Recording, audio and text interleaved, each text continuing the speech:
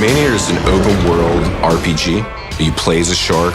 You start out as a little baby, and you gotta work your way up slowly, growing and evolving until you can just eat someone practically whole in one chomp. The story itself is told through a classic documentary TV show. You have this narrator who's talking over what the player is doing. The merest drop of blood can alert a shark to a likely feast. Think about it as there's some high-tech drones, etc., following the shark around and just capturing its life. The game is presented as, after all this footage has been collected, the reality show developers, directors, producers have taken and made a show out of it. Maybe want to turn on that piano. It provides lighthearted laughs as you're going through this game, eating fish and people, and growing and becoming a more powerful shark. Being a character artist, I'm always thinking about the character because it's how you're experiencing the world. To basically take control of a shark and experience a world through its eyes.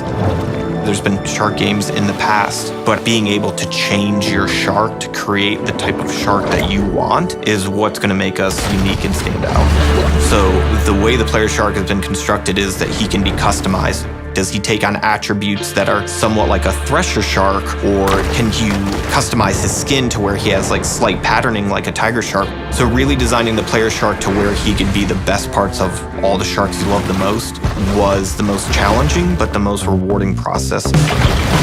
Animating humans is a real challenge because you're constantly looking at a human and judging it based on what you know, what you see every day. So we wanted to capture as much variety of human activities that you might see on a beach as we could. And the best way for us to do that was to use motion capture.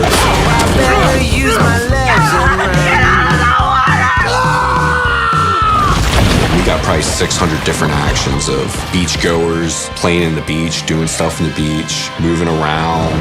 Not every game does it where you capture the actor live and you're capturing all of their emotions and the nuance in their face and everything and translating that to the video game character. She's gonna make quite a mantelpiece. When you're below water, the physics and properties on sound are completely different than they would be above water. Like if there's a swamp boat that's coming around to attack you, to just make it sound as menacing as possible, but then have the duality completely flip when the camera goes above water. Now all of a sudden it sounds natural. The combat in the game is very reminiscent of World War II aerial combat. Position is really important. You can choose to evade if a target's coming and attacking you, or you have this tail whip ability, and if you can time it just right, you can actually parry what they're doing to you, like hit them, stun, throw them off, which allow you to move around along the side and be able to attack them. As a shark, you can really do the things that you would expect a shark to do. Jumping out of the water, taking people off boats, pull them under the water, eating them or drowning them.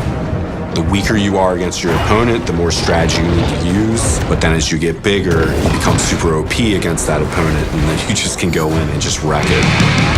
Those type of things are going to be what make this an exciting game to play, and making sure that every one of those actions feels really impactful and has just the right amount of camera shake or just the right amount of impact for the player so they feel like, wow, I really did that. To me, it's just having fun, eating people, and hearing their reactions. I think that's the biggest thing that really hooked me. Playing Maneater is that ultimate power trip.